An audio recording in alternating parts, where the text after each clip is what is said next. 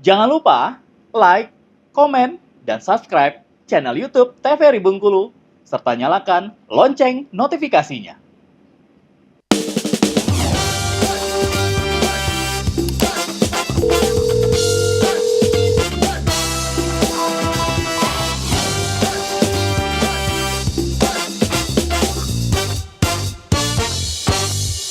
Pemirsa, terima kasih Anda masih bersama kami dalam Dokter Kito Bersama Kita Sehat. Dengan tema kita kali ini membahas mengenai kanker tiroid. Tadi sudah dijelaskan ya oleh Dokter Wenti, sedikit nanti akan dilanjutkan. Sebelum kita lanjut lagi ke Dokter Wenti, Julia mau tanya ke Dokter Rido dulu. Dokter, Julia baca nih dok, katanya kalau misalnya kanker tiroid ini nggak semua pengidapnya itu merasakan gejalanya. Mungkin itu apakah berlaku di awal-awal saja atau lama-kelamaan nanti bakal kerasa juga gejalanya, atau seperti apa dok? Ya, sebenarnya kita kalau bicara CA tiroid atau keganasan pada kelenjar tiroid itu memang sedikit dilema pada pasiennya. Pertama adalah apakah memang tidak ada gejala sama sekali? Memang kenyataan, karena kan sifat gejala kan subjektif dari sisi pasiennya, gitu. Atau justru sebaliknya, pasiennya yang denial, merasa contoh saja, misal merasa kayak merasa tubuhnya panas, suka keringatan, atau bahkan penurunan berat badan. Itu kan sudah termasuk gejala keganasan gitu. Apalagi spesifik untuk CA tiroid, ada benjolan dan yang lain. Kalau misal pasiennya denial, pasti dia akan bilang nggak ada gejala sama sekali. Jadi kayak dia membiasakan hal itu terjadi biasa aja gitu. Beda lagi kalau kita bicara onset kayak gitu kan. Kadang kalau misal karena biasanya kalau keganasan pada kelenjar tiroid itu pasti ada benjolan gitu, dan benjolannya pun tidak tidak normal yang pastinya gitu. Bukan hanya benjolan yang membesar, tapi pasti teksturnya, permukaannya, bentuknya itu pasti tidak simetris, kiri kanannya pasti berbeda, apalagi kalau memang kanker seperti itu. Baiklah, terima kasih dokter. Nah, ini kita lanjut lagi ke dokter Wenti ya. Silahkan dokter. Tadi ada gejala-gejalanya juga ya dok ya? Iya, jadi ada common symptomnya ya, ada gejalanya. Nanti kita lebih jelaskan tentang gejala-gejalanya. Ini bentuknya tadi ya, untuk memastikan bahwa ini biasanya yang kanker itu benjolannya satu, solid dia biasanya ya, keras. Kalau ini masih kenyal-kenyal nih, lebih lunak, benjolannya multiple ya. Nah, ini kita lihat di sini, ini ada benjolan-benjolan, ada nodul-nodulnya nanti ya. Ini sih kupu-kupu tiroid tadi. Gejalanya nanti kita jelaskan satu-satu. Oke, jadi apakah penyebabnya? Jadi penyebab pastinya atau etiologi utamanya itu sampai sekarang belum diketahui ya. Namun diduga terjadinya perubahan DNA pada sel kelenjar tiroid yang dipengaruhi oleh bisa aja ya mutasi sel DNA, kemudian selnya tumbuh misalnya dari penyakit tiroid sebelumnya, atau ada masa tumornya, kemudian bisa menyebar ke kelenjar getah bening atau ke organ lain ya. Nah, faktor resikonya ada endogen, ada eksogen, artinya ada yang memang dari dalam tubuh, ada yang dari luar ya. Kalau dari dalam tubuh tadi ya, riwayat penyakit tiroid sebelumnya. Kemudian faktor genetik, sekitar 10% lah pengaruhnya faktor genetik ya. Jadi nggak terlalu signifikan sebenarnya genetik, tapi apakah ada pengaruhnya. Kemudian ini kalau izin dok, kalau disampaikan riwayat penyakit tiroid sebelumnya, berarti untuk yang sudah sembuh dari tiroid bisa kambuh lagi begitu? Ya, bisa dok, kalau ada riwayat penyakit sebelumnya. Kemungkinan, jadi kan dicari faktor-faktor yang memungkinkan. Biasanya ini faktor-faktor paling seringnya ya. Kemudian wanita, tadi jenis kelamin ya sama aja. Kemudian riwayat paparan radiasi atau radioaktif ya. Kemudian paparan zat karsinogen. Kalau kita lihat radiasi atau radioaktif ini memang sangat mempengaruhi ya. Kayak kasus dulu aja lah, misalnya Jepang dulu kan kena bom atom nih. Ya. Setahun setelahnya, ibu-ibu yang mengandung di sana, anak-anaknya rata-rata lahir dengan banyak sekali gangguan karena tadi terjadinya paparan radiasi atau radioaktif. Tapi nggak harus bom atom ya, banyak sekali proses radiasi dan radioaktif di sekeliling kita yang harus diperhatikan ya. Kemudian paparan zat karsinogen. Nah, faktor risikonya tadi ya, jenis kelamin ini terkait dengan hormonal. Jadi lebih sering pada perempuan ditemukan reseptor estrogen dan progesteron yang tinggi, biasanya pada karsinoma atau kanker tiroid tadi.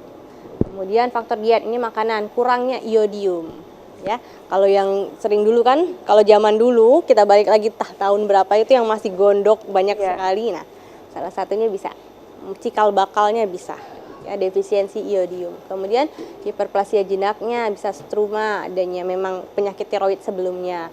Kemudian mutasi gen, ini yang dari dalam yang tidak bisa kita rubah ya. Kemudian radiasi ya. Ya. Itu kandungan iodiumnya bisa ditemukan di garam ya dok ya? Ya, di garam. Garam-garam yang murah itu loh. Jadi gampang ya Iya, dok ya? Supaya justru yang garam murah itu lebih banyak iodiumnya daripada garam Himalaya katanya sekarang. Oh iya? Oke, ini nah gejala-gejalanya ya. Jadi biasanya benjolannya tanpa rasa nyeri. Jadi benjolannya itu tidak terasa apa-apa, dia tidak bergejala, biasanya painless. Dia mungkin bisa bengkak, bisa enggak. Kadang sakingnya tidak bergejalanya nggak nampak, dari dalam aja dia. Nah, makanya sering terjadinya insidental. Jadi ketahuannya ketika misalnya MCU atau misalnya ketika lagi periksa penyakit lainnya, rupanya loh kayaknya ada massa di sini. Nah, itu karena tadi tidak bergejala dan posisinya kecil, kadang tidak terasa. Jadi insidental ketika mengerjakan yang lain malah ketahuan seperti itu. Kemudian penyebarannya bisa juga di bagian tubuh yang lain kalau sudah terjadi metastase. Yang paling sering terjadi adalah sulit menelan. Ini kalau sudah tahap yang lanjut ya, artinya sudah bukan tahap awal lagi, bukan stadium awal lagi, sudah akan terjadi gangguan-gangguan, sulit menelan, kemudian susah bernafas, kadang ya batuk terus-terusan. Nah, kalau yang batuk terus-terusan nggak sembuh-sembuh, sudah periksa mungkin dahaknya atau sudah periksa yang lain-lainnya boleh. Kalau mau curiga sedikit ke arah tiroid boleh, kalau batuk yang tidak sembuh-sembuh ya. Kemudian biasanya ada benjolan, jelas ya kalau sudah ada benjolan harus perlu diperhatikan. Oh, kira-kira saya sakit apa gitu ya. Jangan menyepelekan apapun yang ada benjolannya. Karena benjolan itu perlu diketahui itu adalah suatu ketidaknormalan, suatu penyakit ya. Mau dia ganas atau tidak harus diperiksa ya. Baik. Kemudian, nah ini ya, ini jenis-jenisnya. Ini kalau kita tahu jenis-jenisnya ini dapatnya dari mana? Dari pemeriksaan histologi. Jadi diambil cairannya, dicek, oh jenis tiroidnya ini ternyata. Jadi ada 3 atau 4 biasanya ya. Ada papiler, folikul, sama anaplastik. Ini sesuai dengan bentuk dari si selnya tadi, sel kankernya tadi ya. Paling sering itu papiler, 80-85%. Kalau folikuler 10-15%. Anaplastik yang paling sedikit tapi yang paling bahaya. Karena dia sifatnya agresif ya. Dia cepat dan semakin berbahaya. Tapi insidensinya nggak terlalu tinggi ya, 1-2%. Oke, bisa pemeriksaan apa lagi mungkin nanti dijelaskan sama Dr. Rido ya. Ada FNAB, ada mungkin foto ronsen, ada histologi. Kalau kita jelaskan satu-satu, nah ini jenisnya. Inilah yang tadi, dari gambaran kayak gini, ketahuan loh ini jenisnya folikuler. Folikul itu kayak bulat-bulat, nah ini kecil-kecil ini aja. Ketahuan nih sama dokter histopatologinya, oh ini jenis karsinomanya yang folikuler ternyata. Nah biasanya ini 5-10% kasusnya ya. Lebih sering pada usia di atas 40 tahun ya. Penyebarannya bisa melalui hemavaskular ya, bisa pembuluh darah, bisa metastasenya bisa ke tulang ya, bisa ke hati, ke paru, ke kulit. Ini termasuk jarang juga berarti ya dok ya? Yang paling sering ini sih. Oh ini ya? Ya, yang papiler paling sering. Dia itu tipe yang paling banyak ditemukan nih. Bentuknya kayak gini. Banyak ditemukan di negara yang kadar iodiumnya pada makanan yang cukup aja berarti ya. Kemudian ini pada perempuan ya. Paling sering 70% kasusnya pada wanita. Kemudian ini bentuk gambarannya, nice to know aja ya. Lagi ini yang medular tadi ini 5-10% juga sih. Nggak terlalu banyak sih. Ini terkait dengan paparan radiasi tadi ya. Radiasi, misalnya karena mutasi gen juga bisa. Baik.